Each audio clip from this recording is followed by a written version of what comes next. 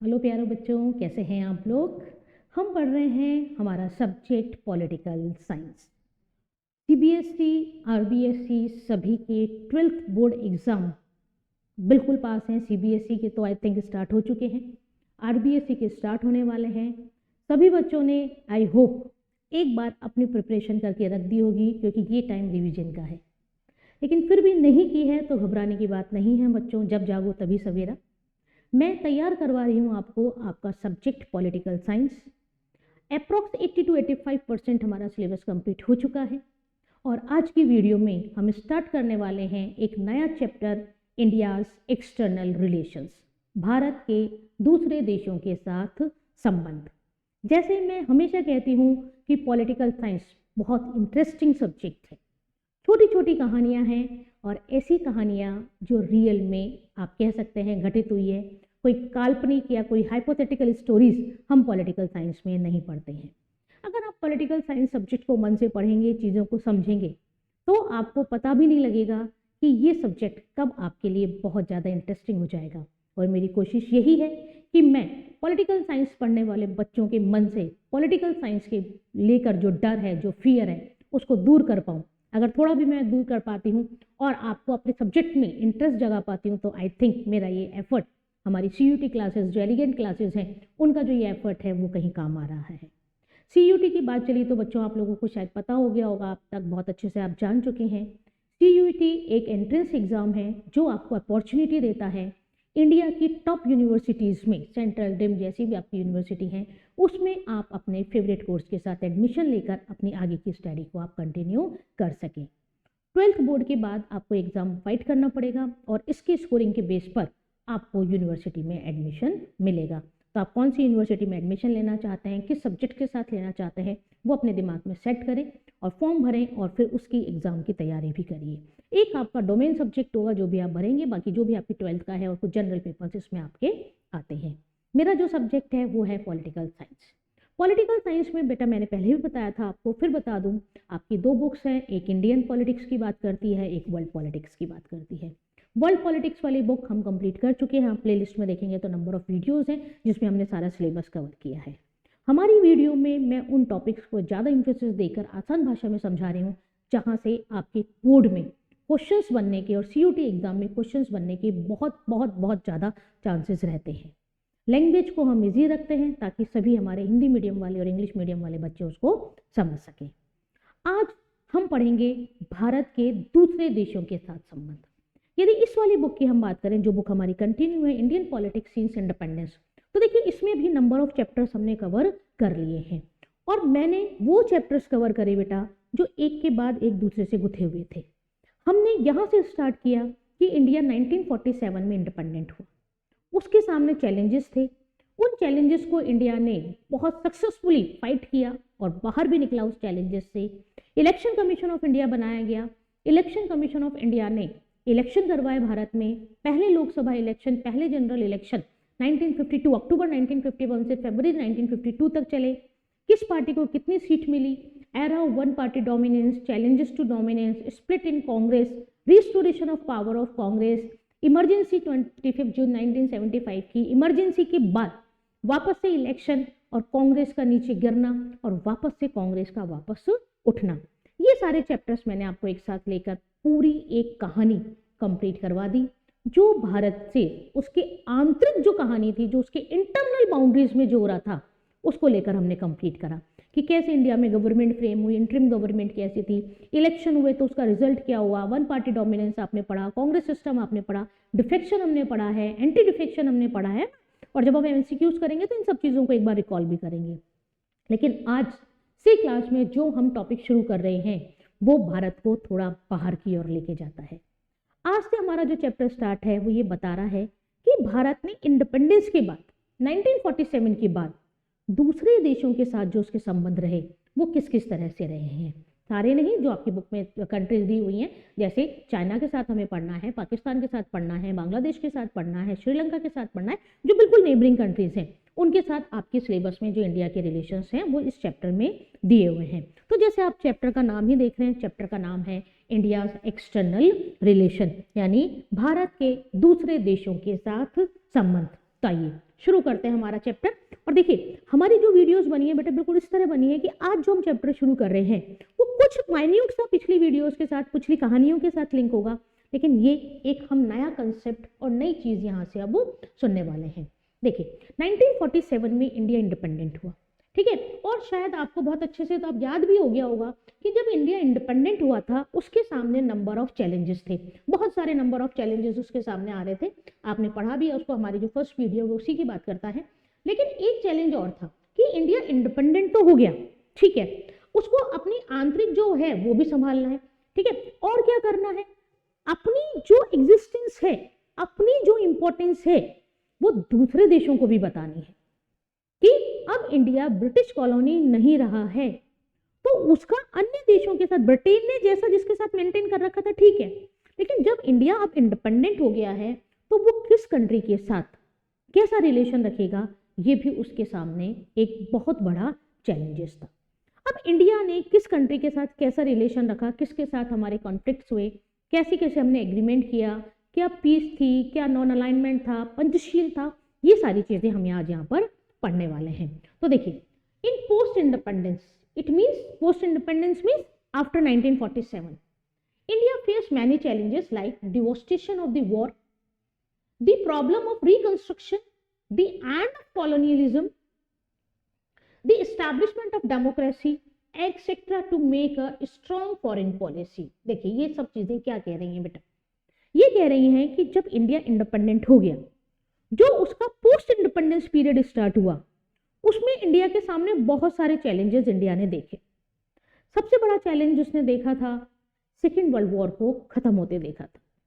India का second world war से directly कोई कनेक्शन नहीं था, लेकिन उस वक्त इंडिया पर ब्रिटेन का रूल था और ब्रिटेन अलाइड पावर्स में था, तो इसलिए इंडिया के जो सोल्जर्स थे वो किसके सपोर्ट में थे, ब्रिटेन के सपोर्ट में थे। और आपने कहीं ना कहीं ये बात सुनी भी होगी कि हम ये मानते हैं कि भारत को इंडिपेंडेंसी हमारे फ्रीडम फाइटर्स ने, हमारे जो नेशनल मूवमेंट के लीडर्स थे उन्होंने दिलाई, और डेफिनेटली आज हम बहुत शुक्रगुजार हैं उनके कि उनके मेहनत, उनके उसके कारण हमने आज़ाद भारत में सांस ली। लेकिन इसका एक कहीं ना कहीं बड़ा कारण सेकेंड वर्ल्ड वॉर भी है। अगर हम ब्रिटिशर्स की तरफ से सोचें तो ब्रिटिशर्स ये कहते थे कि हमने जो भारत को आज़ादी किसी गांधी, नेहरू या किसी के भी कारण नहीं दी, हमें भारत को आज़ादी देनी पड़ी because of second world war. अगर द्वितीय विश्व युद्ध नहीं होता तो हम भारत को नहीं छोड़ते। तो सेकेंड वर्ल्ड वॉर में क्या हुआ बेटा, जो अलाइड पावर्स थी डेफिनेटली वो वॉर जीती, लेकिन युद्ध से हानि ऐसा नहीं है पराजित राष्ट्र की हो। अगर युद्ध है तो उसमें जो विक्टोरियस ग्रुप है उसको भी कुछ ना कुछ तो नुकसान उठाना ही पड़ता है। तो ब्रिटेन को ऐसा लगा कि इस वॉर को संभालते संभालते मैं इतना थक गया हूं कि अब मेरे लिए पॉसिबल नहीं है कि मैं और कंट्रीज के लिए लड़ूं। तो आप देखिए एक पीरियड कहलाता है पीरियड ऑफ डिकोलोनाइजेशन, वो पीरियड इसी वर्ल्ड वॉर के बाद से स्टार्ट होता है। यानी after second world war Britain क्या करता है, जो भी उसकी कॉलोनीज थी उनको इंडिपेंडेंट करना शुरू कर देता है कि हम चले, आप संभालो, है ना। तो यहां पर क्या हुआ कि devastation of war, the problem of reconstruction, the end of colonialism, यानी अब भारत में उपनिवेशवाद खत्म हो गया होगा। देखिए दो वर्ड आते हैं, एक आता है इंपीरियलिज्म, साम्राज्यवाद, और दूसरा है आपका कॉलोनियलिज्म। दोनों का मोटिव ये होता है कि एक पावरफुल कंट्री एक वीक कंट्री को एक्सप्लॉइट करती है, लेकिन दोनों में माइन्यूट सा डिफरेंस है। डिफरेंस क्या है, इंपीरियलिज्म किस चीज की बात करता है कि एक पावरफुल कंट्री दूसरी कंट्री पर अटैक कर अपनी बाउंड्रीज को एक्सपेंड कर रही है, साम्राज्यवाद कहते हैं, अपने साम्राज्य को विस्तार कर रही है और फिर उसको एक्सप्लॉइट कर रही है, तो वो कहलाएगा इंपीरियलिज्म। लेकिन ज्योग्राफिकल प्रॉब्लम या और किसी प्रॉब्लम के कारण एक कंट्री जो पावरफुल कंट्री है वो अपनी बाउंड्री को एक्सपेंड नहीं कर पा रही, वो जहां है वहीं से बैठकर दूसरी कंट्री को शोषण कर रही है, तो उसको कॉलोनियलिज्म कहा जाता है। जैसे ब्रिटेन और इंडिया, आपको पता है ब्रिटेन यूरोप में, इंडिया एशिया में, तो संभव नहीं है कि बाउंड्री एक्सपेंड हो सके। तो ब्रिटेन जहां था वहीं से ईस्ट इंडिया कंपनी स्टैब्लिश हुई, फिर क्राउन का रूल आया, ये आपने हिस्ट्री में भी, नेशनल मूवमेंट में और हिस्ट्री ऑफ उसमें पढ़ा होगा इंडिपेंडेंस की। तो ब्रिटेन ने वहां से बैठे बैठे ही क्या करा, भारत को शोषित किया, और इसीलिए 1947 तक भारत कॉलोनी कहलाता था किसकी, ब्रिटेन की। 1947 के बाद जब हमें इंडिपेंडेंस मिली तो कॉलोनियलिज्म खत्म हो गया, India becomes an sovereign state, it means India have power to take his decision in internal and external affairs, okay. The establishment of democracy, ये तो हमने पढ़ा ही था, भारत के सामने सबसे बड़ा चैलेंज था भारत में लोकतंत्र की स्थापना करना। भारत के जो कॉन्स्टिट्यूशन मेकर थे उनके दिमाग में कहीं भी डाउट नहीं था इस बात को लेकर कि हमें किस तरह की सरकार लानी है, बिल्कुल क्लियर थे अपने विजन को लेकर कि हमें भारत में लोकतंत्रात्मक सरकार ही चाहिए, हमें डेमोक्रेटिक गवर्नमेंट ही चाहिए। अब वो कैसे स्टैब्लिश हुई, क्या हुआ, वो सारी कहानी आप पढ़ चुके हैं। और ये सब चीजों की जरूरत क्यों थी, ये जो चैलेंजेस थे इनको रिजॉल्व करने के लिए फाइट जरूर करने की जरूरत क्यों थी, क्योंकि इंडिया खुद की एक स्ट्रॉन्ग फॉरेन पॉलिसी, जिसको हिंदी में कहते हैं भारत अपनी एक सशक्त विदेश नीति का निर्माण करना चाहता था। तो यहां तक बात समझ में कि इंडिपेंडेंस के बाद, अभी देखिए मैं बताऊंगी आपको कि भारत, आप सोचिए कि हमारा देश कितने संकटों से उभरा है ना, और आज विश्व गुरु की श्रेणी में आ रहा है। तो क्या हुआ, जब भारत बेटा आजाद हुआ तो उसके सामने दोनों तरह के चैलेंजेस थे, एक डोमेस्टिक चैलेंज और एक एक्सटर्नल चैलेंज। डोमेस्टिक चैलेंज मतलब कि उसे अपनी टेरिटरी में किन किन चैलेंजेस से फाइट करते हुए अपनी टेरिटरी को बहुत अच्छे से गवर्न करना है। और एक्सटर्नल चैलेंजेस मतलब कि खुद को तो मेंटेन करना ही करना है, दूसरी कंट्रीज के साथ वो रिलेशंस कैसे मेंटेन करे, उनके साथ किस किस तरह के एग्रीमेंट करे, कैसे कैसे अपनी बाउंड्री डिस्प्यूट्स को सॉल्व करे, ये सब भी उसके सामने चैलेंजेस थे।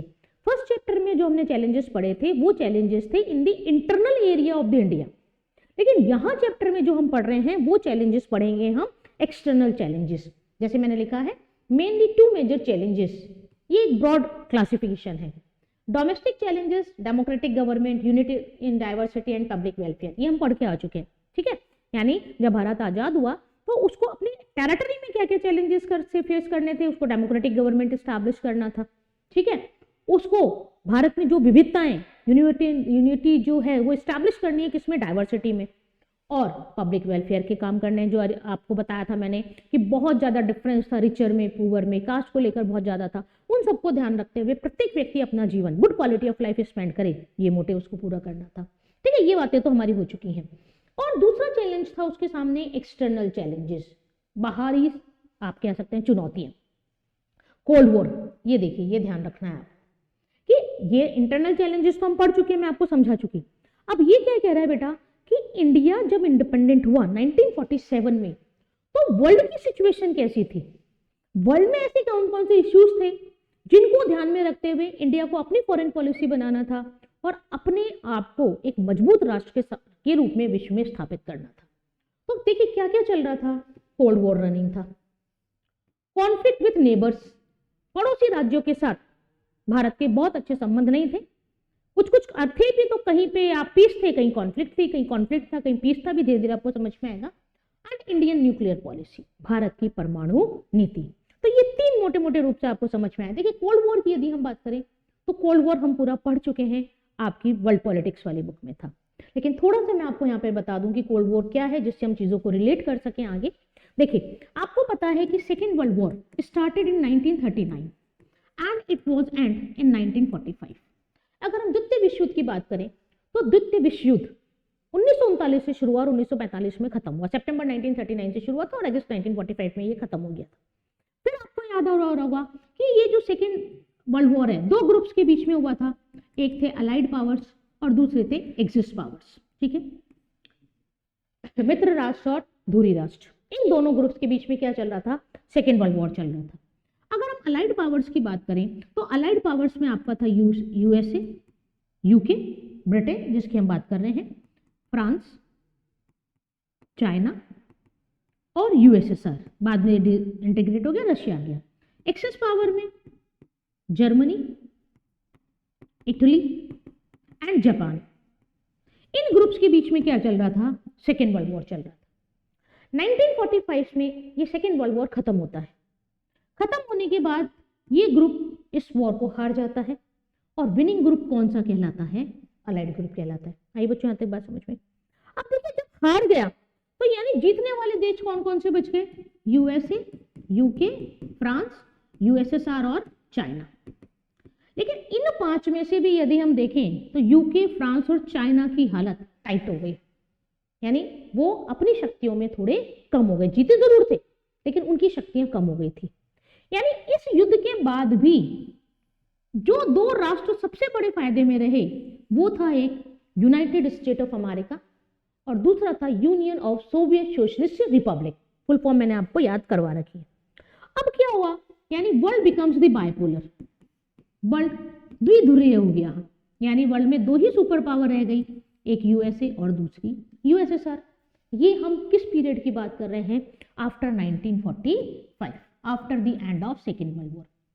अब देखिए 2 ही महाशक्तियां रह गई, तो अब क्या सोचेगा कि क्यों ना मैं एक ही रह जाऊं, यानी दोनों का मोटिव क्या था, वर्ल्ड को बाइपोलर से यूनिपोलर बना देना। और इन दोनों में जो कॉन्फ्लिक्ट था वो था बेसिकली इनकी आइडियोलॉजी को लेके। यदि हम अमेरिका की बात करें तो अमेरिका कैपिटलिज्म को फॉलो करता है, आज भी करता है, और यदि उस समय के हम यूएसएसआर की बात करें तो उस समय का यूएसएसआर कम्युनिज्म को फॉलो करता है, पूंजीवाद और साम्यवाद। तो इस आइडियोलॉजिकल डिफरेंस के कारण भी इन दोनों में कोई खास पटी नहीं, और पटी नहीं तो युद्ध करो। लेकिन अभी अभी सेकेंड वर्ल्ड वॉर हुआ था और ये इतने कैपेबल नहीं थे कि फिर से थर्ड वर्ल्ड वॉर कर ले। तो इस चीज से बचने के लिए इन्होंने डायरेक्ट वॉर का तो यूज नहीं किया, लेकिन वॉर के अलावा वो सारे हथकंडे अपनाए जिससे एक दूसरे की शक्ति को कमजोर किया जाए। और बेटा यही कहानी चलती रही 1949 से 1991 तक, और इसी पीरियड को हम किससे इंडिकेट करते हैं, कोल्ड वॉर से इंडिकेट करते हैं ना। बाकी कोल्ड वॉर की पूरी वीडियो वहां जाके पूरी एक इंसिडेंट को आप समझ सकते हैं। तो ये कोल्ड वॉर की बात हो गई। कॉन्फ्लिक्ट विथ नेबर्स के साथ क्या रहा, चीन के साथ, बांग्लादेश, पाकिस्तान, ये पढ़ेंगे हम आगे। और हम पढ़ेंगे इंडिया की न्यूक्लियर फॉरेन पॉलिसी। तो ये तो मैंने आपको इंट्रोडक्शन दिया कि इस चैप्टर में हमें क्या क्या पढ़ना है। आपको ध्यान ये रखना है कि 1947 की बात जब इंडिया इंडिपेंडेंट हुआ तो उसके सामने डोमेस्टिक चैलेंजेस थे और एक्सटर्नल चैलेंजेस थे। डोमेस्टिक चैलेंजेस में maintain unity in diversity, establishment the democratic government, public welfare, socialism, ठीक है, गुड क्वालिटी ऑफ लाइफ, ये सब थे। और एक्सटर्नल चैलेंजेस में कोल्ड वॉर की सिचुएशन से निपटना कि आप स्वतंत्र हुए हैं और विश्व में शीत युद्ध चल रहा है, तो आपकी फॉरेन पॉलिसी क्या रहेगी, ठीक है। न्यूक्लियर पॉलिसी के बारे में आप क्या सोचते हैं, है ना, इंडिया ने कब कब न्यूक्लियर टेस्ट किया, क्या क्या वर्ल्ड का रिएक्शन आया, वो भी हम इस चैप्टर में पढ़ेंगे। और इंडिया की आजादी के बाद उसके पड़ोसी देशों के साथ संबंध कैसे रहे। अब देखिए अगर हम बात करें कि फॉरेन पॉलिसी क्या है, विदेश नीति का अर्थ क्या होता है। देखिए फॉरेन पॉलिसी मींस एक कंट्री अपनी पॉलिसी स्टैब्लिश कर, एक तो कॉन्स्टिट्यूशन है, कॉन्स्टिट्यूशन तो क्या बताता है कि कंट्री के अंदर हमारा शासन कैसे चलेगा। लेकिन एक कंट्री जब दूसरे देश के साथ संबंध मेंटेन करेगी, रिलेशंस बनाएगी, तो किन प्रिंसिपल्स को उसको ध्यान रखना है, उसकी बेसिक साइकोलॉजी क्या है, क्या उसकी सबसे ज्यादा सुप्रीम वैल्यू रहेगी कि जिसके लिए वो कोई समझौता करने के लिए तैयार ना हो, ठीक है। तो इन सब चीजों को क्या कहता है, फॉरेन पॉलिसी कहा जाता है। हर कंट्री अपनी आइडियोलॉजी के हिसाब से, अपने रिसोर्सेज के हिसाब से कि भाई मेरे में कितने रिसोर्सेज हैं कि मैं सामने वाले से पंगा लूं तो झेल जाऊं, या मुझे सामने वाले को समझौता करके खुश रख के अपने आप को आगे सर्वाइव करना है। तो इन सब चीजों को देखते हुए हर कंट्री अपनी फॉरेन पॉलिसी को डिसाइड करता है। यदि हम भारत की फॉरेन पॉलिसी की बात करें तो भारत के फॉरेन पॉलिसी के मेकर पंडित जवाहरलाल नेहरू को कहा जाता है, क्योंकि जो भी विदेश नीति होती है, जो भी आप कह सकते हैं संबंध होते हैं, जो भी एग्रीमेंट होते हैं, उसमें इंडिया में प्राइम मिनिस्टर बहुत इंपॉर्टेंट रोल प्ले करता है, ठीक है। अगर हम ये बात करें क्या इंडियन कॉन्स्टिट्यूशन का कोई ऐसा आर्टिकल है जो फॉरेन पॉलिसी की बात करता है, तो देखिए सीधे सीधे तो किसी आर्टिकल में फॉरेन पॉलिसी के टाइटल से कुछ भी नहीं जोड़ा गया है। लेकिन हाँ, भारतीय संविधान का एक अनुच्छेद आर्टिकल 51, ये किससे रिलेटेड है, ये रिलेटेड है आपका इंडिया की फॉरेन पॉलिसी से, ठीक है, आर्टिकल 51। अब देखिए आर्टिकल 51 क्या कह रहा है। सबसे पहले तो आपको ये ध्यान रखना है कि जो आर्टिकल 51 है ये किस में है बेटा, ये डीपीएसपी में, directive principle of state policy, ठीक है, आपने पढ़ रखा होगा। डायरेक्टिव प्रिंसिपल आप 11th में देखिए, आपके चैप्टर था फंडामेंटल राइट्स एंड डीपीएसपी, ठीक है, मूल अधिकार और राज्यों के नीति निर्देशक तत्व। इसमें आपने पढ़ा होगा कि जो फंडामेंटल राइट्स हैं वो तो हम फोर्सफुली अप्लाइड करवा सकते हैं स्टेट से, लेकिन जो डीपीएसपी है उनको हम फोर्सफुली अप्लाइड नहीं करवा सकते। मतलब देखिए क्या है, मैं आपको क्या बता रही हूं कि जो इंडिया की फॉरेन पॉलिसी है वो हमारे कॉन्स्टिट्यूशन के किस आर्टिकल से रिलेटेड है, ठीक है। तो आंसर क्या आता है, आर्टिकल 51।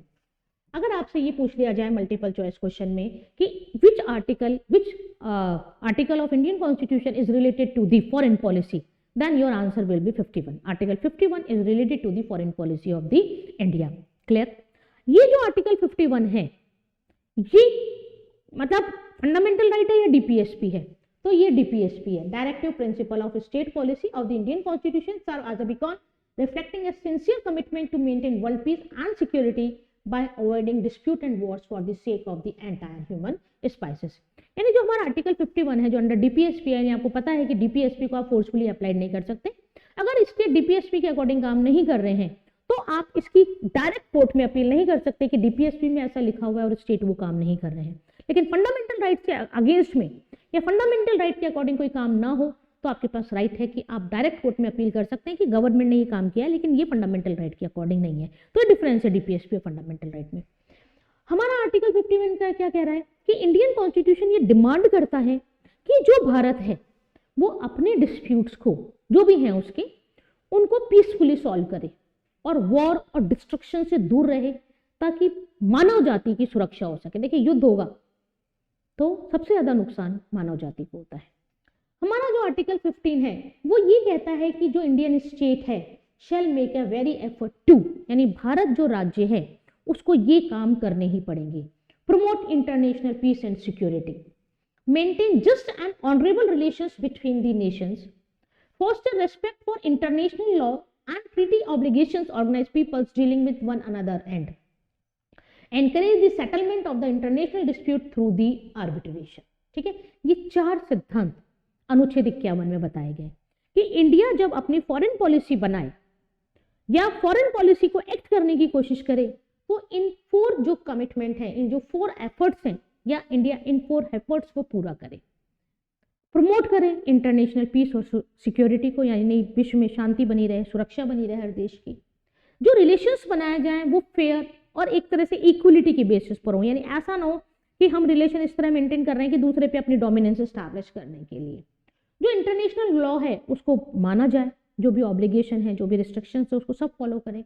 और जो यदि कुछ डिस्प्यूट्स हैं किसी भी कंट्री के बीच तो कोशिश किया जाए कि उन डिस्प्यूट्स को बातचीत के द्वारा ही सॉल्व कर लिया जाए, वॉर को यूज ना करना पाए। वैसे तो कहा जाता है it is better that war use as a last option, लेकिन ये बहुत भी अच्छा होगा कि वो लास्ट ऑप्शन में भी ना आए। तो ये था हमारा कॉन्स्टिट्यूशन से रिलेटेड फैक्ट कि हमारे कॉन्स्टिट्यूशन में आर्टिकल 51 का रिलेशन किससे है, इंडिया की फॉरेन पॉलिसी से है। लेकिन ध्यान रखना ये जो आर्टिकल 51 है ये डीपीएसपी आपने पढ़ रखा होगा। जो डीपीएसपी है वो 36 to 51 पार्ट 4 में है। तो लास्ट जो डीपीएसपी है 51 वो इसी की बात करता है। देखिए अब हम ये बात करते हैं कि जैसे अभी मैंने थोड़ी देर पहले ही बोला था कि किसी भी देश की विदेश नीति का निर्धारक उस देश का शासन प्रमुख होता है। ठीक है, यानी कोई भी देश अपनी फॉरेन पॉलिसी को कैसे करेगा, क्या क्या किस तरह से रिलेशन बनाएगा, किस तरह से आप कह सकते हैं अगर कुछ नहीं है तो कितना एग्रेसिव होगा, कितना नहीं होगा, क्या होगा, ये बेसिकली डिपेंड करता है कि उस देश का गवर्नमेंट हेड कौन है। आपको पता है कि भारत में पार्लियामेंट्री सिस्टम है और पार्लियामेंट्री सिस्टम होने के कारण हमारे यहाँ 2 तरह की एग्जीक्यूटिव है, एक नॉमिनल और एक रियल। नॉमिनल एग्जीक्यूटिव में प्रेसिडेंट आते हैं और रियल एग्जीक्यूटिव में प्राइम मिनिस्टर आते हैं। तो अगर हम बात करें कि इंडिया की फॉरेन पॉलिसी जो फ्रेम की गई आफ्टर इंडिपेंडेंस उसमें सबसे ज्यादा रोल किसका था, सबसे ज्यादा थॉट्स किसके माने गए, दैट इज पंडित जवाहरलाल नेहरू।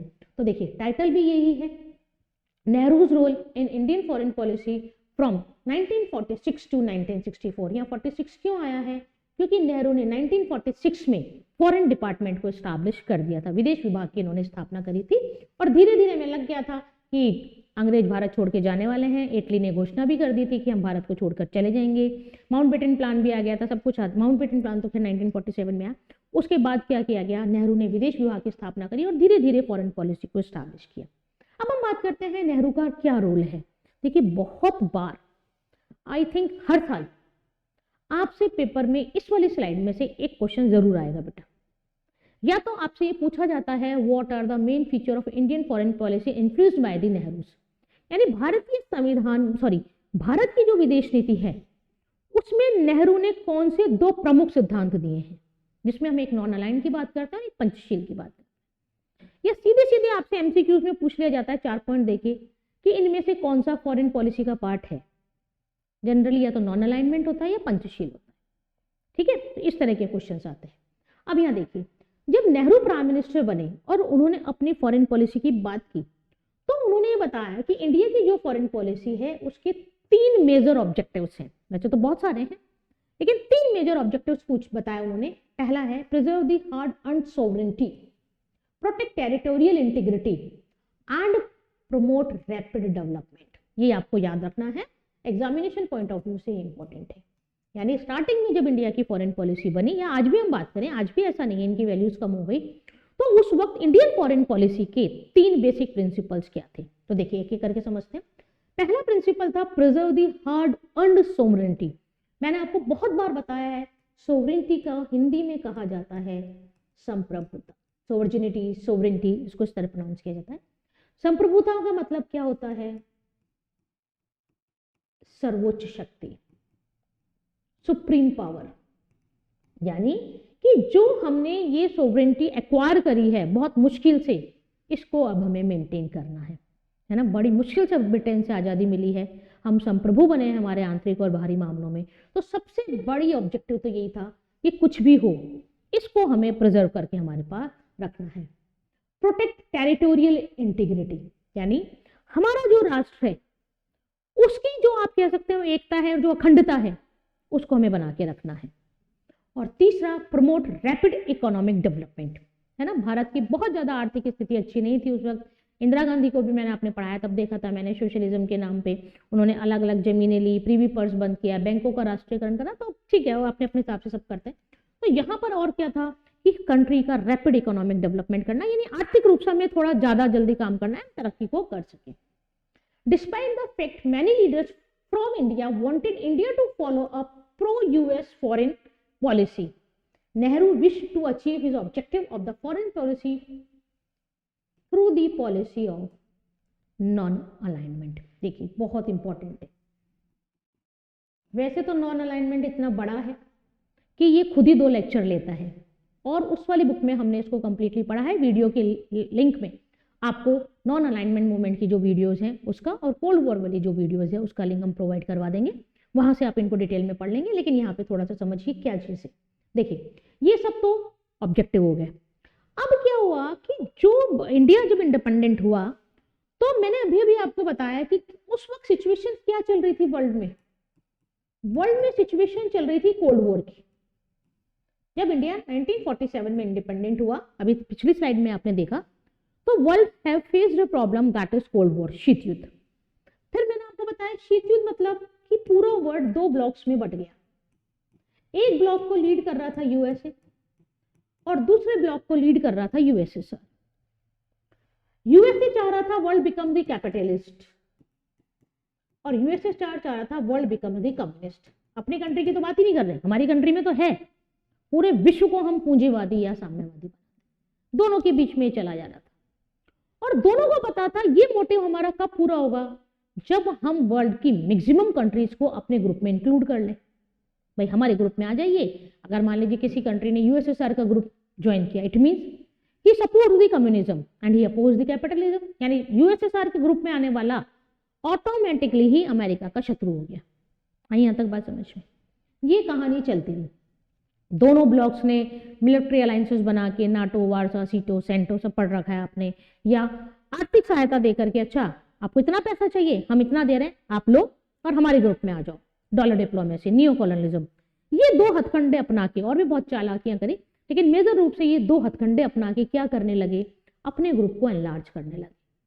जो भी कंट्री इस पीरियड के बाद इंडिपेंडेंट होने लगा, या जो इंडिपेंडेंट था, उसको ये सोचने पर मजबूर किया गया कि उसको अमेरिका के ग्रुप में शामिल होना है या यूएसएसआर के ग्रुप में शामिल होना है। आई यहां तक बात समझ में? अब आई भारत की बारी। 1947 में इंडिया इंडिपेंडेंट हुआ, और इंडिया के सामने भी वही प्रॉब्लम्स आ गई, whether the India joint the group of USA और यूएसएसआर। लेकिन इंडिया के जो लीडर्स थे वो भी क्या हुआ, एक तरह से आप कहिए 2 खेमों में बट गए। जैसे हम सरदार वल्लभ भाई पटेल की बात करें, ठीक है, तो उन्होंने सजेस्ट किया था कि इंडिया को यूएस वाला ग्रुप जो है वो ज्वाइन कर लेना चाहिए, यूएसए के साथ हो जाना चाहिए। और टाइम टू टाइम जब भी कुछ इंसिडेंट हुआ तो इसको सपोर्ट और बाकी को अपोज भी किया गया, लेकिन ये परिस्थितियों की बात थी। लेकिन उस तक प्रधानमंत्री कौन थे? नेहरू। मैंने बताया विदेश नीति का निर्माता कौन है? नेहरू।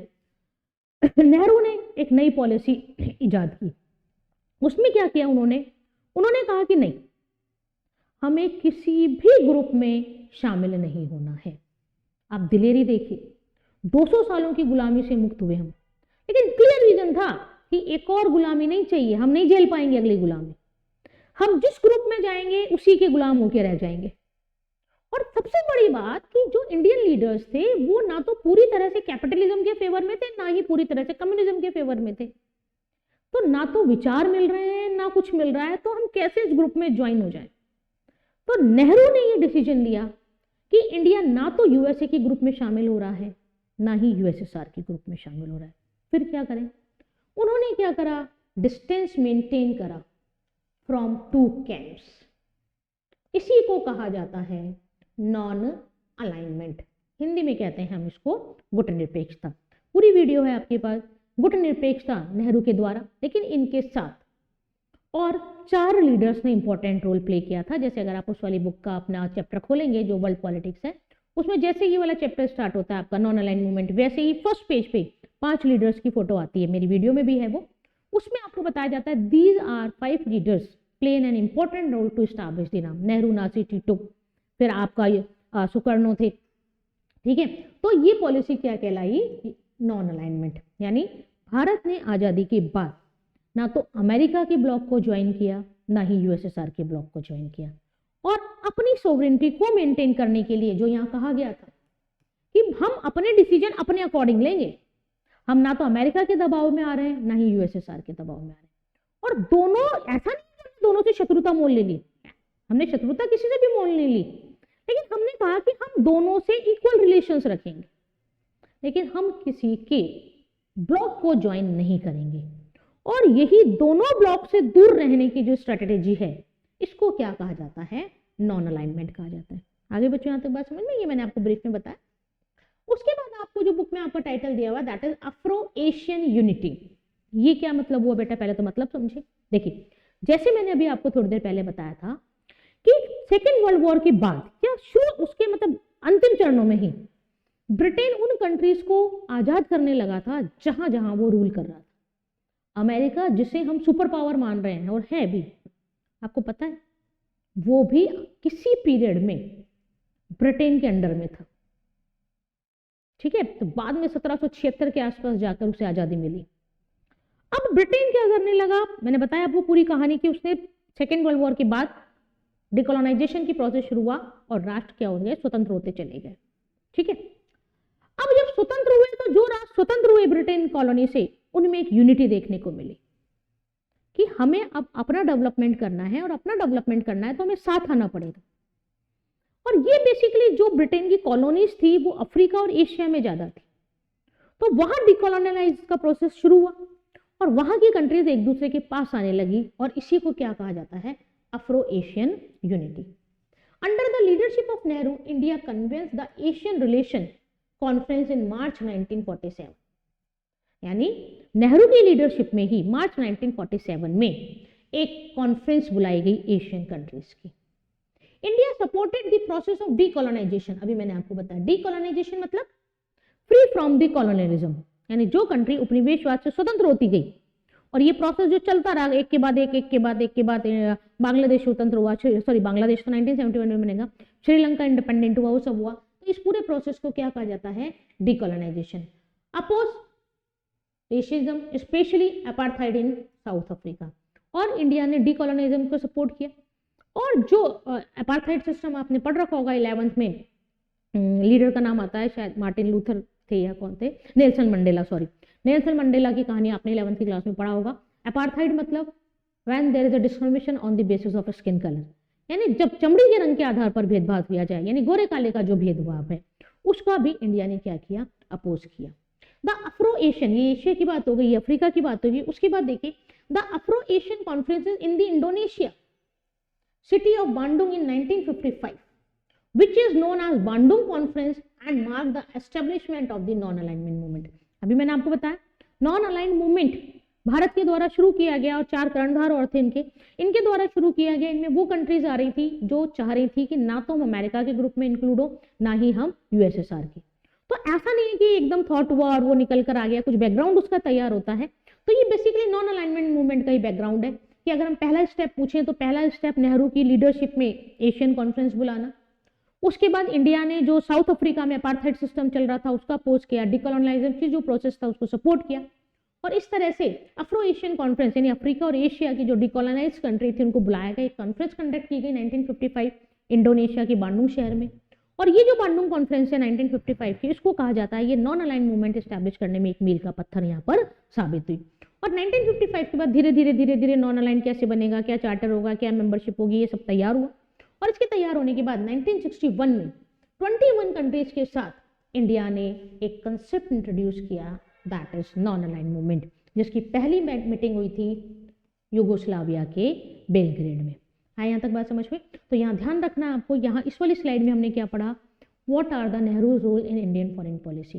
1946 से लेकर 1964 तक जो हमारी विदेश नीति थी वो नेहरू के विचारों के आधार पर रन हुई थी। ठीक है, नेहरू ने बताया, या हम फॉरेन पॉलिसी जो बात करती है वो 3 चीज़ों पे बहुत बल दिया। एक तो जो हमने संप्रभुता प्राप्त की है उस पर किसी भी प्रकार का समझौता नहीं करना है, जो हमारी टेरिटोरियल इंटीग्रिटी है उसे बना के रखना है, और रैपिड इकोनॉमिक डेवलपमेंट करना है। नॉन अलाइनमेंट मूवमेंट हमने पढ़ा, दोनों ब्लॉक से एक डिस्टेंस मेंटेन करके रखना, वो क्या कहलाया, नॉन अलाइनमेंट कहलाया। नॉन अलाइनमेंट मूवमेंट का जो था, नॉन अलाइनमेंट जो आप कह सकते हैं ग्रुप बना, इसकी फर्स्ट कॉन्फ्रेंस 1961 में होती है। आज 120 कंट्रीज हैं, उस वक्त 21 कंट्रीज के साथ ये शुरू हुआ था। पहली बैठक बेलग्रेड में हुई, लेकिन इसका आधार बांडुंग सम्मेलन में तैयार हुआ जो 1955 में हुआ था। और बांडुंग सम्मेलन से पहले ही अफ्रीका की कंट्रीज और एशिया की कंट्रीज में एक यूनिटी आई जो डीकोलोनाइज थी, या जो डीकोलोनाइज हुई थी। तो ये था आपका नेहरू रोल। आगे के चैप्टर में बेटा हमें क्या बात करनी है, आगे के चैप्टर में हमें पढ़ना है चिन चाइना। ठीक है, हम इंडिया के रिलेशंस पढ़ेंगे किसके साथ, चाइना के साथ। ठीक है, मैंने बताया ना इस चैप्टर में एक्सटर्नल रिलेशंस पढ़ना है, लेकिन एक पृष्ठभूमि तो तैयार करनी पड़ती है ना, और यहाँ से भी आपके क्वेश्चंस आते हैं। अगली जो हमारी स्लाइड्स बात कर रही है, what type of India have relation with the China. ठीक है, वैसे तो अगर हम बात करें तो रिलेशन जब से शुरू हुए आज तक की बात होती है, लेकिन बेसिकली ये जो आप अगर डीप में पढ़ते हैं तो आपका टॉपिक अलग होता है, इंटरनेशनल रिलेशंस, उसमें हमें जाते हैं। अभी हम आपको उतना ही बताएंगे जितना एनसीईआरटी की बुक्स में है और जितना आपके इन एग्जाम्स को क्रैक करने के लिए जरूरी है। देखिए, अगर आप हेडिंग देखें बेटा तो देखिए काफी चीजें तो हमें हेडिंग से समझ में आ जाती है। हेडिंग क्या है, peace and conflict with China, शांति और संघर्ष। पहले पीस लिखा हुआ है, फिर कॉन्फ्लिक्ट लिखा हुआ है, यानी भारत और चाइना के मध्य पहले सहयोगी संबंध थे, लेकिन फिर कुछ ऐसी घटनाएं घटी जिससे दोनों देश, आप कह सकते हैं दोनों देशों के बीच एक संघर्ष शुरू हो गया। स्टार्टिंग में हिंदी चीनी भाई भाई के नारे लगते थे, और जैसे आप बुक में देखें अपने, अमूल जो है ना, बटर वगैरह जिससे आते हैं, उसने एक बना रखा है कार्टून, जिसे मैं हमेशा कहती हूँ एनसीईआरटी की बुक्स का कोई सानी नहीं। आपको एनसीईआरटी की बुक्स बिल्कुल ऐसे पीनी है, ऐसे घोट के पीनी है, क्योंकि वो आपके ऑल लाइफ काम आने वाली है। उसमें कार्टून बना हुआ है हिंदी चीनी बाय बाय, है ना, 2 डिफरेंस है, एक तो मैंने लिख रखा है आपको हिंदी चीनी भाई भाई, बाद में ये क्या हो जाता है हिंदी चीनी बाय बाय, यानी भाई भाई का रिश्ता खत्म, अब बाय बाय शुरू। तो यही पढ़ना है, हिंदी चीनी भाई भाई किसकी बात कर रहा है, पीस की, और हिंदी चीनी बाय बाय किसकी बात करना है, कॉन्फ्लिक्ट की। लेकिन ध्यान क्या रखना है, पहले सहयोग था और फिर संघर्ष हुआ। तो देखिए पढ़ते हैं बेटा इसको।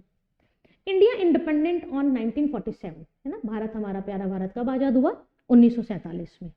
और 1949 में चाइना में कम्युनिस्ट रेवोल्यूशन होती है, लीडर थे इसके माओ। ठीक है, माओ के नेतृत्व में चाइना में क्या होता है, एक कम्युनिस्ट रिवोल्यूशन होती है, डेमोक्रेटिक गवर्नमेंट था। 1949 में चाइना में माओ का पावर आए, माओ ने रिवोल्यूशन करी और चीन को साम्यवादी देश घोषित कर दिया।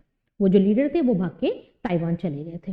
ठीक है, India was first country to recognise the communist government. ठीक है, देखिए भारत पहला देश बना जिसने चाइना की कम्युनिस्ट रिवोल्यूशन को सपोर्ट किया कि ठीक है, और एक्सेप्ट कर लिया कि चाइना क्या है, एक साम्यवादी देश। ठीक, इसके बाद देखिए some of the Nehru colleagues Vallabhbhai Patel were worried about the possible Chinese aggression in future, but Nehru thought it was extremely unlikely that India will face an attack from China. देखिए, हम जब विदेश नीति की बात करते हैं बेटा तो 2 तरह की पॉलिसीज की बात की जाती है, एक होता है आइडियलिज्म और एक होता है रियलिज्म, आदर्शवाद और यथार्थवाद। आइडियलिज्म मतलब जो सुनने में अच्छा लगे। जब आपके कानों में वो शब्द पढ़ रहे हैं तो आपको बड़े मजे आ रहे हैं, तो वो आदर्शवाद हो गया। लेकिन वही शब्द आपको अपने जीवन में उतारने पड़ जाए तो संभव नहीं है। उस वक्त हम जो डिसीजन लेंगे वो हमारा होता है रियलिस्टिक। अरे बात समझ में? आदर्शवाद यानी ऐसा ऐसा होना चाहिए चाहिए तो आप किसी के आगे भी लगा दीजिए, और यथार्थवाद ऐसा होगा। ये दो डिफरेंस है। तो बेसिकली ये भी कहा जाता है कि जो पटेल थे उनकी जो फिलॉसफी थी वो बहुत रियलिस्टिक थी, बहुत, मतलब आप कह सकते हैं, आपने पटेल को पढ़ रखा है हमने, तो मतलब आप भारत के लोह पुरुष, आयरन मैन है वो, है ना।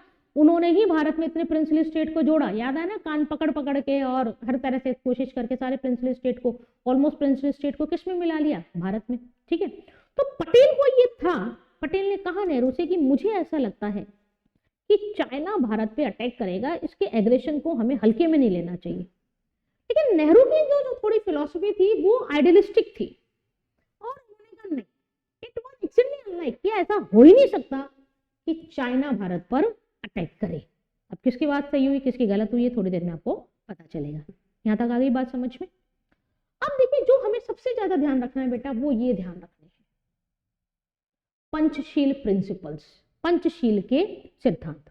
जैसे मैंने कहा कि स्टार्टिंग में जब इंडिया इंडिपेंडेंट हुआ और चाइना में कम्युनिस्ट रिवोल्यूशन हुई, तो दोनों देशों के बीच मधुर संबंध थे, भाई भाई।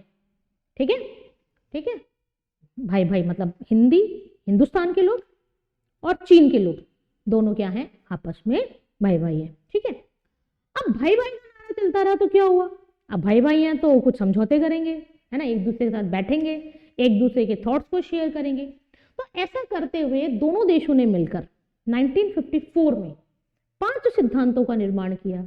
उन 5 सिद्धांतों को पंचशील के सिद्धांत कहा जाता है। बार बार मैं बता रही हूँ बेटा, आपको एग्जाम पॉइंट ऑफ व्यू से नॉन अलाइनमेंट और पंचशील ये तो रट के जाना है, और डेफिनेटली आपको क्वेश्चन मिलेगा, और क्वेश्चन मिलेगा तो आपको शायद हमारी याद आए कि मैम ने कहा था। ठीक है, पंचशील प्रिंसिपल्स सबसे पहले किन कंट्रीज के बीच है? तो आपको ध्यान रखना है इंडिया और चाइना। वर्सेस नहीं आएगा यहाँ, क्योंकि यहाँ सहयोग हो रहा है। कब बने? 29 अप्रैल 1954 को साइन हुए थे ये। किस किस के बीच में साइन हुए? इंडियन प्राइम मिनिस्टर नेहरू और चाइनीज प्राइमर झाओ एन लाई, है ना, झाओ एन लाई ऐसे नाम होते हैं चाइना वालों के। ठीक है, हमारा नाम देखिए कितना अच्छा, पंडित जवाहरलाल नेहरू, ये झाओ एन लाई पता नहीं क्या है, लाई लुई, कोई बात नहीं। ठीक है, Chinese prime minister Zhou Enlai और भारत के प्रधानमंत्री पंडित जवाहरलाल नेहरू ने एक, आप कह सकते हैं, एग्रीमेंट पे साइन किया, जिस एग्रीमेंट को पंचशील एग्रीमेंट भी कहते हैं। इसमें जैसे आपको नाम से पता चल रहा हो, जैसे हम कहते हैं हमारे आचरण के भी 5 नियम हैं, तो वैसे ही एक इंडिया और चाइना के जो रिलेशंस रहेंगे, ये कहा गया वो इन 5 सिद्धांतों पर आधारित रहेंगे। ठीक है, देखिए 5 सिद्धांत कौन कौन से हैं? Mutual respect for each other territory integrity and sovereignty, यानी दोनों देश एक दूसरे की संप्रभुता और अखंडता का सम्मान करेंगे, यानी हम ऐसा कोई काम नहीं करेंगे जो एक दूसरे की सोवरेनिटी और इंटीग्रिटी को ठेस पहुंचाए। म्यूचुअल नॉन एग्रेशन, अनाक्रमकता, एक दूसरे पर हमें अटैक नहीं करना। Mutual non interference in each other internal affairs, एक दूसरे के आंतरिक मामलों में हस्तक्षेप नहीं करेंगे। आपके देश में यदि कुछ चल रहा है, आपका अंदरूनी मामला है, सलाह देना और वो देना बात अलग है, लेकिन हम इलीगली कोई भी आपके इंटरनल अफेयर्स में, आप कह सकते हैं, इंटरवेंस नहीं करेंगे। इक्वलिटी एंड म्यूचुअल बेनिफिट, यानी अगर कोई संधि है, कोई समझौता है, किसी दूसरे देश से कोई समझौता कर रहे हैं, तो ये ध्यान रखा जाए कि दोनों के म्यूचुअल बेनिफिट्स क्या हो, पूरे किए जाए।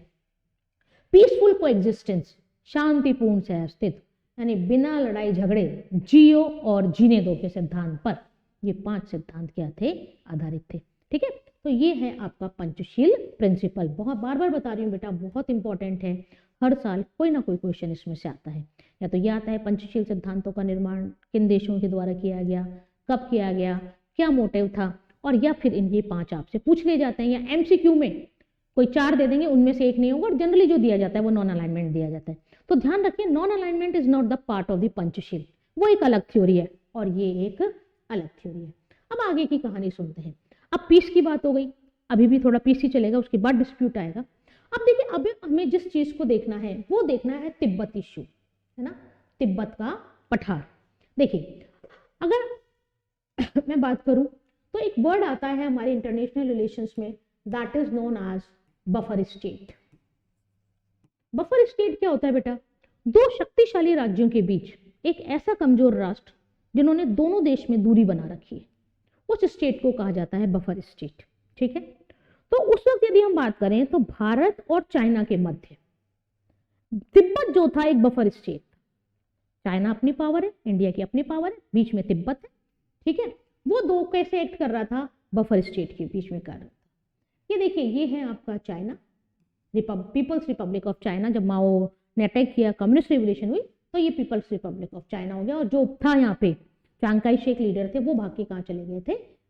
ताइवान चले गए थे। ठीक है, ये आप तिब्बत देख रहे हैं। ये देखिए, ये यहाँ पर भारत की बॉर्डर से लिंक है, इधर नेपाल भूटान है, यहाँ फिर भारत की बॉर्डर से लिंक है, और ये पूरा क्या है? चाइना है। ठीक है, यानी 1954 से पहले अगर हम बात करें तो तिब्बत क्या था? एक बफर स्टेट था। किसके बीच में? चीन और इंडिया के बीच में। Tibet, the plateau of central Asian region, is one of the major issue that historical caught tension between India and China. लेकिन बाद में क्या हुआ? तिब्बत को लेकर दोनों देशों के बीच एक टेंशन क्रिएट होने लगी। और क्या होता है, लेकिन इस टेंशन को जो नेहरू हैं वो ज्यादा आगे नहीं बढ़ाते, हिंदी चीनी भाई भाई।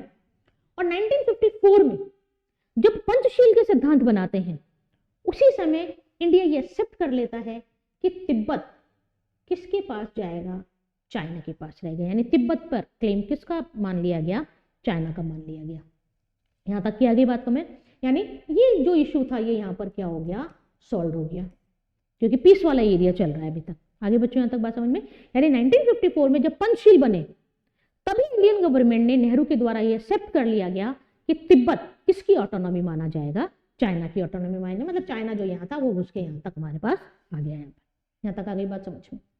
अब क्या हुआ? डिस्प्यूट सॉल्व हो गया, कोई लड़ाई नहीं, कोई झगड़ा नहीं। लेकिन देखिए, होता क्या है कि ये जो तिब्बत है, यहाँ है ना बौद्ध धर्म के लोग ज्यादा हैं, और इनके जो स्पिरिचुअल गुरु हैं उनको दलाई लामा कहा जाता है, ये टाइटल है ये। ठीक है, ये यहाँ रह रहे थे। तो 1958-59 के बीच में क्या होता है कि ये जो स्पिरिचुअल लीडर्स हैं, दलाई लामा हैं, उनकी चाइना गवर्नमेंट के साथ कोई कॉन्फ्लिक्ट हो जाता है, झगड़ा हो जाता है।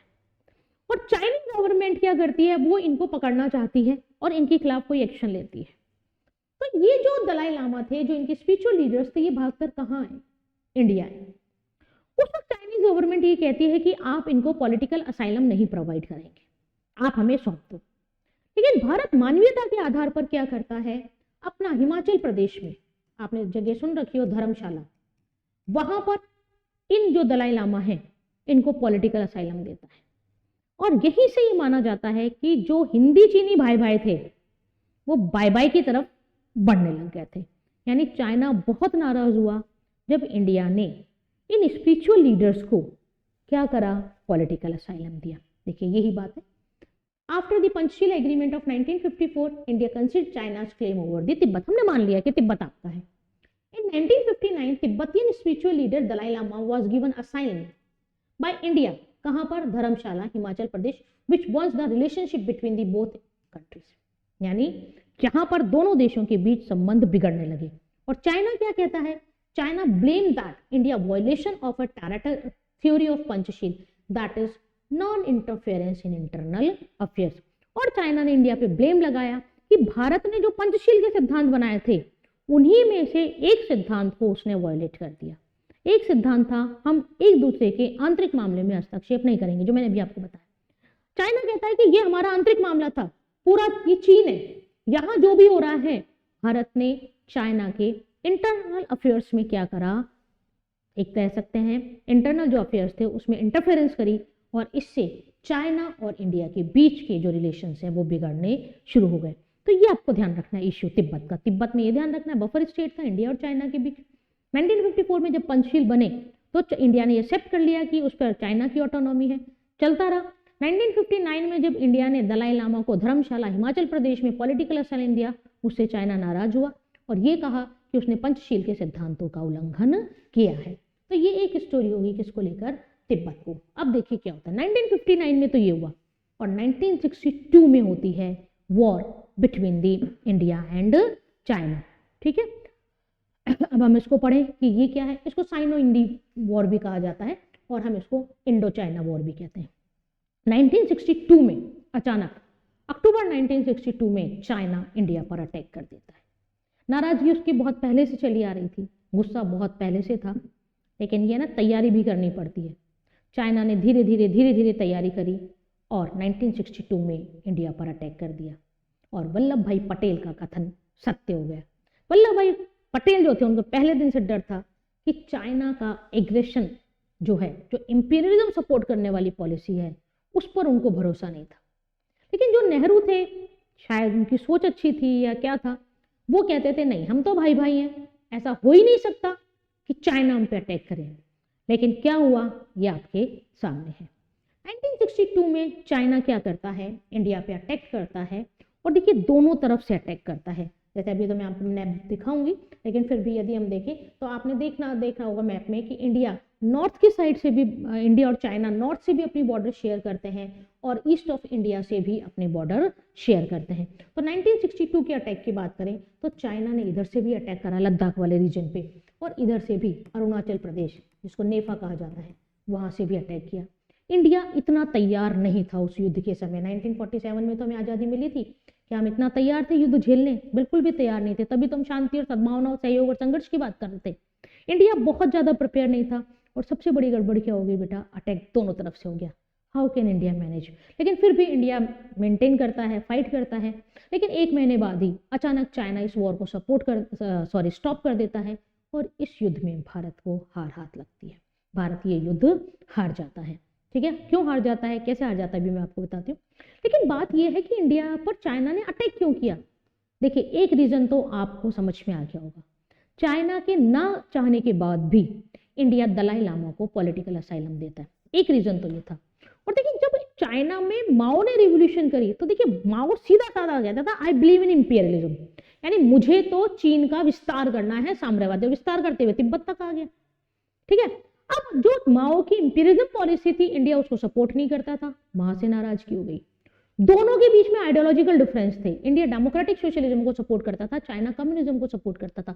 और सबसे बड़ी बात, चाइना ये प्रूव करना चाहता था कि मैं एशिया में सबसे शक्तिशाली हूं। इन मोटिव्स को ध्यान में रखते हुए देखिए 1962 के आसपास पंडित नेहरू का स्वास्थ्य खराब होने लगा था और चाइना इसी, आप कह सकते हैं कि इसी मौके की तलाश में था और इसीलिए चाइना दो एरिया, एक नॉर्थ और एक ईस्ट की तरफ से अटैक करता है। ठीक है, अब देखिए यहाँ पर हम कहानी सुने।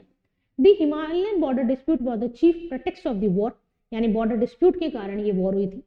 China claim that Aksai Chin area in Ladakh, अभी बताऊंगी आपको, अक्साई चिन है ये, है ना, अक्साई चीन बोल देते हैं हम, चीन नहीं है, चीन होता तो ए आता, अक्साई चिन है ये। Area in Ladakh, Kashmir and the Tawang area in Arunachal Pradesh as its own, Aksai Chin as a part of Xinjiang and Taiwan as part of Tibet. यानी यहाँ पर चाइना क्या कहने लगा कि जो बॉर्डर्स बनी हुई उनमें डिस्प्यूटेड एरिया, लद्दाख वाले रीजन का कुछ पार्ट और अरुणाचल प्रदेश वाले रीजन का कुछ पार्ट मेरे एरिया, कुल मिला के इंपीरियलिज्म, मुझे अपनी बाउंड्रीज को एक्सपेंड करना है। और यदि और अदर रीजन की बात करें तो बाउंड्री डिस्प्यूट हो गया। और क्या रीजन थे जो चाइना ने इंडिया पर अटैक किया? India provided political asylum to Dalai Lama, अभी मैंने बताया। Difference between the ideology communism versus democratic socialism and China want to show that he was the super power in Asia, है ना। शक्ति, आपने एक थिंकर है लॉर्ड एक्टन, वो कहते हैं शक्ति भ्रष्ट करती है और निरंकुश शक्ति पूर्णतः भ्रष्ट करती है। तो वही चीज हुई, अगर शक्ति मिलती जाएगी तो एक समय के बाद जो व्यक्ति है वो बस पावर के अकॉर्डिंग सोचेगा, बाकी लेजिटिमेसी, लीगल इलीगल सबको छोड़ देगा। इन कारण से चाइना क्या करता है, 20 अक्टूबर 1962 को इंडिया पर अटैक करता है। द साइनो इंडियन वॉर, मैंने बोला इसको इंडो चाइनो या Sino Indian war, started with the simultaneous China offensive in Ladakh and along the McMahon line. ठीक है, अगर हम बात करें तो मैकमोहन लाइन है जो इंडिया और चाइना की बॉर्डर करते हैं, उस बॉर्डर पे और लद्दाख रीजन पर क्या करता है, वो अटैक करता है। The war ended with a Chinese cease fire month later, अपने अपनों ने सीज फायर कर दी एक महीने के बाद, and are defeated for India. और क्या हुआ, हमारा प्यारा भारत इस युद्ध में हारा। लेकिन गर्व की बात है एक ही हारे, बाद में तो हमने सबके नाकों चने चबवा दिए। हम समझ गए कि अंधा भरोसा किसी पे ही नहीं करना। पाकिस्तान के साथ जितने वॉर हुए उसमें उसने क्या खाई, मुंह की खाई है। ठीक है, अब देखिए ये थोड़ा सा आपको मैथ में बता रही हूँ। देखिए क्या हुआ 1962 में मैंने अभी आपको बताया चाइना ने दोनों तरफ से अटैक किया और दोनों तरफ से अटैक करने के बाद देखिए हमारा भारत का नक्शा, बड़ा दुख होता है इस नक्शे को देख के, क्योंकि हमारे कुछ पार्ट पाकिस्तान और कुछ पार्ट चीन के पास हमें यहाँ पर दिखता है। तो देखिए पाकिस्तान की तो हम आगे वाली जो हमारी स्लाइड आएगी, जो अगला हम देश पढ़ेंगे वो पाकिस्तान ही है। ठीक है, जब 1962 में चाइना ने अटैक किया तो हमारे लद्दाख रीजन का ये वाला जो पार्ट है पूरा यहाँ तक का, ये किसके द्वारा कैप्चर कर लिया गया? चाइना के द्वारा। और इसको उसने क्या नाम दिया? अक्साई चीन। मैकमोहन लाइन ऐसी यहाँ तक है, यहाँ अरुणाचल प्रदेश की अगर हम बात करें, और इसको एक बॉर्डर बना दी गई यहाँ पर, इसको इस तरह से, और इसको कहा जाता है इसको कहा जाता है LAC, line of actual control. ठीक है, तो ये जो पार्ट है लद्दाख वाला, ये किसने ले लिया? 1962 के वॉर में चाइना के द्वारा ले लिया गया। आई बच्चों यहाँ तक बात समझ में? ये अगर हम देखें, वैसे अभी मैं पाकिस्तान के रिलेशन पढ़ाऊंगी तब हम देखेंगे, 1947 में जब पाकिस्तान और इंडिया के बीच में ट्राइबल अटैक हुआ था तब ले लिया था ये वाला पाकिस्तान ऑक्यूपाइड कश्मीर। और ये जो लाइन है ये LOC है, लाइन ऑफ कंट्रोल। ये गिलगित बल्चिस्तान वाला एरिया है, territory seized by Pakistan to China in 1963। China, Pakistan कहता है शत्रु का शत्रु मित्र, पाकिस्तान तो इसी ताक में बैठा रहता है कब भारत की किसी से शत्रुता हुई और मैं जाऊं उसके पास दोस्ती का हाथ बढ़ाने, तो वही काम करा। इस एरिया में से कुछ पार्ट पाकिस्तान किसको दे देता है? चाइना को देता है। जब ये पाकिस्तान पढ़ेंगे तब भी हम पढ़ेंगे, लेकिन बेसिकली आपको यहाँ पे जो ध्यान रखना है वो किसको ध्यान रखना है? LAC और मैकमोहन लाइन। मैकमोहन लाइन और LAC दोनों क्या हैं? बॉर्डर्स हैं किसके बीच में? Between India and China. ठीक है बच्चों, तो आज हमने क्या पढ़ा? आज हमने पढ़ा इंडिया के external relation with country China. पहले ही मैंने आपको बता दिया रिलेशंस का कोई अंत नहीं है, कभी समझौता, कभी लड़ाई, कभी एग्रीमेंट, कभी झगड़ा, लेकिन हम इतना डिटेल में नहीं पढ़ रहे हैं, उतना पढ़ रहे हैं जितनी आपकी बुक की डिमांड है, जितनी आपकी एग्जाम की डिमांड है। आपकी एग्जाम की डिमांड थी पंचशील को जानना, नॉन अलाइनमेंट मूवमेंट्स को जानना, आर्टिकल 51 को जानना, फॉरेन पॉलिसी जानना, थॉट्स देखना फॉरेन पॉलिसी को लेकर पटेल के क्या हैं और नेहरू के क्या हैं, इन दोनों में देखना। पंचशील के बाद दलाई लामा तिब्बत को पढ़ना और 1962 का वॉर पढ़ना। तो ये था complete relations between India and China. अभी और पार्ट है इस चैप्टर के जिसमें हम दूसरे देशों के साथ, पाकिस्तान, बांग्लादेश और श्रीलंका के साथ इंडिया के रिलेशंस को पढ़ेंगे। ठीक है बच्चों, तो आज की वीडियो में बस इतना ही।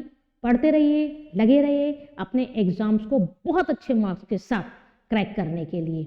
मेरी वीडियोस, मेरा एफर्ट्स आपको कैसे लग रहे हैं? बेटा हार नहीं माननी, बोर्ड बहुत इंपॉर्टेंट है, अच्छे से मेहनत करिए, अच्छे से एग्जाम करिए और बहुत अच्छा स्कोर करिए। कोई प्रॉब्लम है, कोई आपको कन्फ्यूज़न है किसी भी डेटा को लेके, किसी को फैक्ट भी लेके, लेकिन केवल पॉलिटिकल साइंस से रिलेटेड, तो प्लीज़ आप कमेंट करिए, मैं डेफिनेटली कोशिश करूँगी उसको रिप्लाई करने की। और हमारा ये एफर्ट्स आपको कैसा लग रहा है? Please like, share and comment. All the best for your all the exams. Have a good day. Thank you.